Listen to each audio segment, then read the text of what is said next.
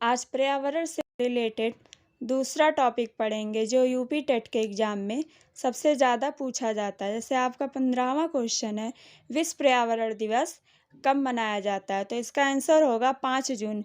विश्व पर्यावरण दिवस 5 जून को मनाया जाता है। वर्ष 2018 में विश्व पर्यावरण दिवस का केंद्रीय विषय था प्लास्टिक प्रदूषण को समाप्त करो। वर्ष 2018 में विश्व पर्यावरण दिवस का मेजबान देश भारत था। आपका अगला क्वेश्चन है 16वां, एम एस स्वामीनाथन एक कृषि वैज्ञानिक थे। इन्हें भारत में हरित क्रांति का जनक कहा जाता है। इन्होंने सन 1966 में मैक्सिको के बीजों को पंजाब की घरेलू किस्मों के साथ मिश्रित कर उच्च उत्पादकता वाले गेहूं के संकर बीज विकसित किए। इनको विज्ञान एवं अभियांत्रिकी के क्षेत्र में 1989 में भारत सरकार द्वारा पद्म विभूषण से सम्मानित किया गया। उसके बाद अगला क्वेश्चन 17वां, wildlife institute of India कहाँ स्थित है? इसका आंसर होगा Dehradun. Wildlife institute of India Dehradun में स्थित है। उसके बाद आपका 18वां क्वेश्चन, प्रकाश संश्लेषण के दौरान हरे पौधे किसे सोख लेते हैं? इसका आंसर होगा कार्बन डाइऑक्साइड। प्रकाश संश्लेषण के दौरान हरे पौधे कार्बन डाइऑक्साइड को सोख लेते हैं तथा ऑक्सीजन गैस मुक्त करते हैं, जिससे पर्यावरण शुद्ध बना रहता है। उसके बाद आपका 19वां क्वेश्चन, अपशिष्ट उत्पादों को खाने वाले जीवों को कहा जाता है? इसका आंसर होगा मृतक भक्षी। अपशिष्ट उत्पादों को खाने वाले जीवों को मृतक भक्षी कहते हैं। ये जीव विषमपोषी प्रकृति के होते हैं।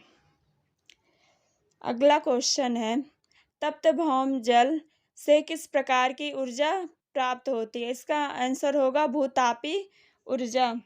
तप्त भौम जल से भूतापी ऊर्जा प्राप्त होती है। ये ऊर्जा अपारंपरिक और नवीनीकृत प्रकार का संसाधन है। इस ऊर्जा से पर्यावरण प्रदूषण नहीं होता, अतः इसका उपयोग खाना बनाने, बिजली बनाने आदि में किया जाता है। भारत में मणिकर्ण के हिमाचल प्रदेश, पूगा घाटी के लद्दाख, तातापानी के झारखंड और खम्मम के तेलंगाना में भूतापी ऊर्जा का उत्पादन होता है।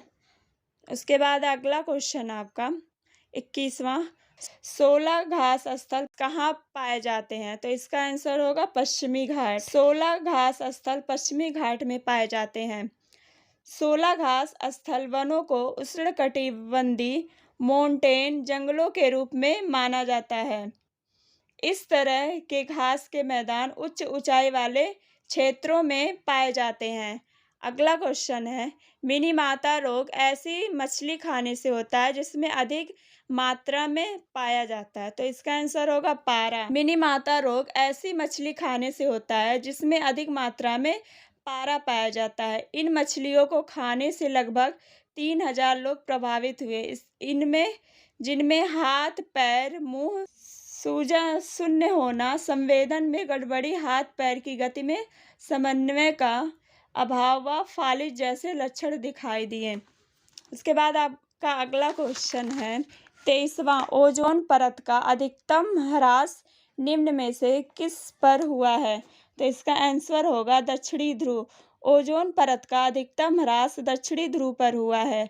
सर्वप्रथम ब्रिटिश दल ने सन 1985 में टोटल ओजोन मैपिंग स्पेक्ट्रोमीटर की मदद से अंटार्कटिका के ऊपर ओजोन छिद्र का पता लगाया था। ओजोन छिद्र के होने से सूर्य से आने वाली हानिकारक पराबैंगनी किरणें धरातल तक पहुंचकर त्वचा पर हानिकारक प्रभाव डालते हैं, जिससे त्वचा कैंसर हो जाता है। अगला क्वेश्चन है 24वां, इनमें से कौन भारत का प्रथम मुख्य न्यायाधीश था? तो इसका आंसर होगा हीरालाल जे कानिया। सर हीरालाल जे कानिया भारत के प्रथम मुख्य न्यायाधीश थे। 26 जनवरी 1950 से 6 नवंबर 1951 तक थे। अगला क्वेश्चन है 25वां, रेड डाटा बुक किससे संबंधित है? इसका आंसर होगा विलुप्त के करीब जीव। रेड डाटा बुक विलुप्त के करीब जीव जंतु से संबंधित हैं। रेड डाटा बुक में विश्व के सभी संकटापन्न जीव जंतुओं का रिकॉर्ड रखा जाता है। पौधों, जंतुओं और अन्य जीवों के लिए अलग अलग रेड डाटा बुक है। अगला क्वेश्चन है, संविधान सभा ने राष्ट्रीय गान को अपनाया। तो इसका आंसर होगा 24 जनवरी 1950 को।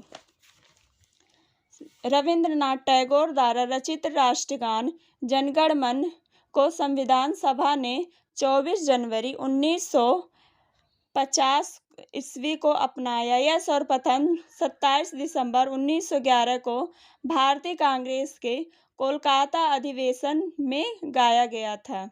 इसके गायन का समय 52 सेकंड है। इसे रविंद्रनाथ टैगोर ने सन 1912 ईस्वी में तत्वबोधिनी में भारत भाग्य विधाता शीर्षक से प्रकाशित किया था तथा 1919 ईस्वी में मॉर्निंग सॉन्ग ऑफ इंडिया के नाम से अंग्रेजी अनुवाद किया गया था। अगला क्वेश्चन है आपका 27वां, पुष्कर मेला कहाँ आयोजित किया जाता है। तो इसका आंसर होगा अजमेर में। पुष्कर मेला राजस्थान के अजमेर में आयोजित किया जाता है। अजमेर में 11 किलोमीटर दूर हिंदुओं का प्रसिद्ध तीर्थ स्थल पुष्कर है। यहाँ पर ब्रह्मा का मंदिर है। यहाँ पर कार्तिक पूर्णिमा का मेला लगता है जिसमें बड़ी संख्या में देशी विदेशी पर्यटक आते रहते हैं। हजारों हिंदू लोग इस मेले में आते हैं और अपने को पवित्र करने के लिए पुष्कर झील में स्नान करते हैं। इस समय यहाँ पर पशु मेला आयोजित किया जाता है। हर साल कार्तिक महीने में लगने वाला पुष्कर ऊंट मेले ने इस जगह को दुनिया में अलग ही पहचान दे दी है। मेले के समय पुष्कर में कई राजस्थानी संस्कृतियों का मिलान सा देखने को मिलता है। उसके बाद अगला क्वेश्चन है, गिरसेर परियोजना अवस्थित है। इसका आंसर होगा गुजरात में। एशियाई सिंहों का घर की उपमा से प्रसिद्ध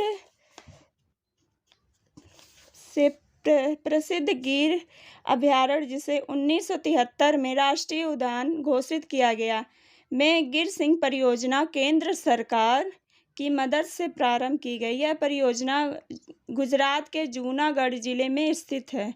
यह एकमात्र ऐसा उद्यान है जहां एशियाई शेर पाए जाते हैं। अगला क्वेश्चन है 29वां, WWF से आशय है।